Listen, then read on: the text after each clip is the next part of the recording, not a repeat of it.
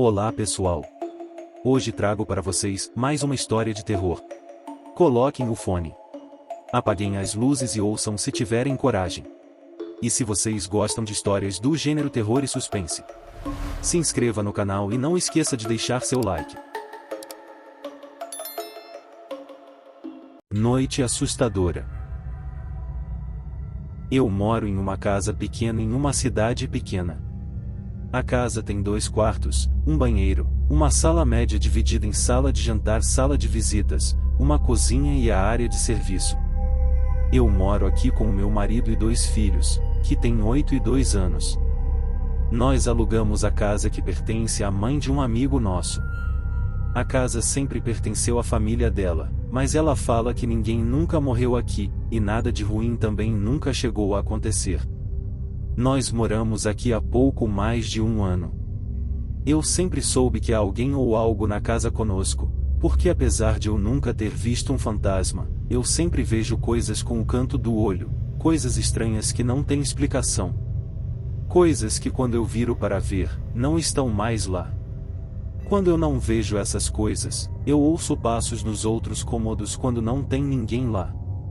De vez em quando eu sinto uma batida no pé da minha cama quando eu estou deitada descansando, e não importa se é dia ou noite. Sempre que eu olho, nunca tem nada lá. Às vezes pequenas coisas somem, chaves do carro que estavam na mesa da sala, um pequeno porta-retrato que estava na mesinha de cabeceira no quarto, e depois elas aparecem em lugares completamente estranhos, como dentro da pia da cozinha. Mas nada nunca machucou ou ameaçou a segurança de ninguém da minha família, apesar de pequenos sustos tudo estava indo tudo bem. O meu marido não acredita no sobrenatural, então ele ignora tudo que é coisa estranha que acontece. Então em uma noite escura de lua nova as coisas ficaram muito estranhas e assustadoras. O meu irmão, de 31 anos, e o filho dele, de 13 anos, acabaram se mudando de volta para a nossa cidade, vindo do Rio de Janeiro. Ele tinha vendido a casa dele antes de se mudar para o Rio, mas como as coisas não deram certo, ele acabou voltando. E como eles não tinham onde ficar, o meu irmão e o meu sobrinho ficaram conosco por umas 2 semanas. Como eu disse, a casa é pequena, e depois de um tempo ele se mudou para a casa da minha mãe, mas o meu sobrinho ficou em casa. A casa da minha mãe também é pequena. Numa noite, o meu sobrinho e eu ficamos acordados vendo TV até tarde, e lá pelas 3h30 da manhã nós decidimos que era hora de ir dormir. Eu estava acabando de fumar mais um cigarro antes de ir para a cama e nós ainda estávamos conversando e assistindo TV. Eu estava sentado em uma cadeira do lado da porta do corredor, virada para a TV, e o meu sobrinho estava no sofá, virado para o corredor. De repente ele parou de falar no meio de uma frase e falou que viu um fantasma passar pelo corredor, saindo do meu quarto e indo para o quarto dos meus filhos. Eu virei para dar uma olhada, mas claro, não vi nada. E naquele instante, a minha cadelinha Dina pulou do meu colo e correu para o quarto das crianças. O meu sobrinho e eu fomos para o quarto das crianças e a Dina estava deitada de costas no chão entre as camas das crianças, abanando o rabo, feito ela faz quando quer que alguém faça cosquinhas na barriga dela. Isso fez os pelinhos da minha nuca se arrepiarem todos. Eu fui ver se as crianças estavam bem e chamei a Dina para a sala. Eu perguntei para o meu sobrinho o que ele tinha visto, e ele falou que era uma forma meio borrada, tinha uma aparência transparente, era meio acinzentado e parecia estar flutuando ao invés de andar. Ele falou que tinha a forma de uma pessoa, mas não muito nítido o suficiente para saber se era um homem ou uma mulher.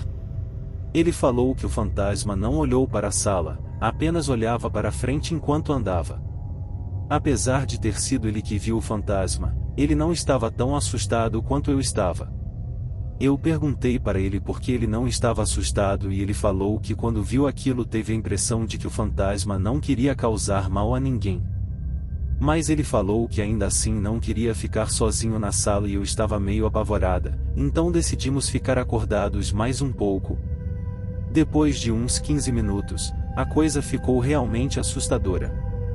Nós podíamos ouvir trovões ao longe e estávamos falando de como seria bom ter um pouco de chuva quando o Argus, do meu pastor alemão que fica do lado de fora de casa, começou a latir. Nós meio que ignoramos ele e continuamos a conversar, quando ouvimos passos do lado de fora da porta de entrada. Todo esse tempo Argus estava latindo feito louco, então decidimos dar uma olhada pela janela da sala que fica na parte da frente da casa, mas não tinha ninguém lá. Agora o meu sobrinho e eu estávamos realmente assustados. Nós voltamos para o sofá e nos sentamos, e o Argus parou de latir e entrou na casinha dele. Então ouvimos uma batida forte na porta dos fundos, que fica na cozinha. Isso fez a gente pular do sofá e ficarmos em pé no meio da sala, mas o Argus não abriu a boca. Então de novo ouvimos os passos indo para a parte de frente da casa. Dessa vez eu fui para o meu quarto e acordei o meu marido e falei que tinha alguém do lado de fora da casa fazendo alguma coisa. Ele levantou, e ainda meio grogue e mal-humorado foi dar uma olhada lá fora.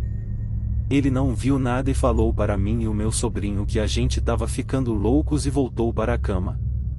Já era quase 4 horas da manhã e estava começando a chover forte, e estava havendo uns trovões bem fortes também. Nós dois ficamos lá na sala sentados, ouvindo a chuva forte e os trovões, tentando entender o que tinha acontecido, quando de novo ouvimos uma batida muito forte na porta de trás. Dessa vez até o meu marido ouviu e levantou para ver o que era. Estava chovendo tanto que ele só olhou a parte de frente da casa, mas de novo, não viu nada de estranho. Então ele gritou para a escuridão que se aquilo acontecesse de novo ele iria chamar a polícia, então entrou em casa e ficou na sala com a gente. Mas isso foi tudo o que aconteceu lá fora pelo resto da noite. Pouco depois a tempestade passou e os primeiros raios da luz da manhã começaram a aparecer, então nós três acabamos indo dormir. Hoje em dia quando meu sobrinho e eu pensamos naquela noite, nós ficamos imaginando se o que ele viu no corredor poderia estar nos protegendo do que quer que fosse que estava lá fora, tentando entrar, já que ele não se sentiu ameaçado pela visão, mas sentimos medo e a maldade do que quer que fosse que estava lá fora. Nós também imaginamos se a tempestade tem alguma coisa a ver com o que aconteceu ou se ela influenciou o nível de atividade paranormal aqui em casa. Você podia quase sentir a eletricidade da tempestade no ar naquela noite. E por que eu vivi aqui por mais de 1 ano e nunca vi nada, mas o meu sobrinho sim? Eu não sei as respostas, tudo que eu sei é que isso tudo realmente aconteceu e que foi uma noite assustadora que eu não quero que se repita nunca mais. E se vocês gostam de histórias do gênero terror e suspense, se inscreva no canal e não esqueça de deixar seu like.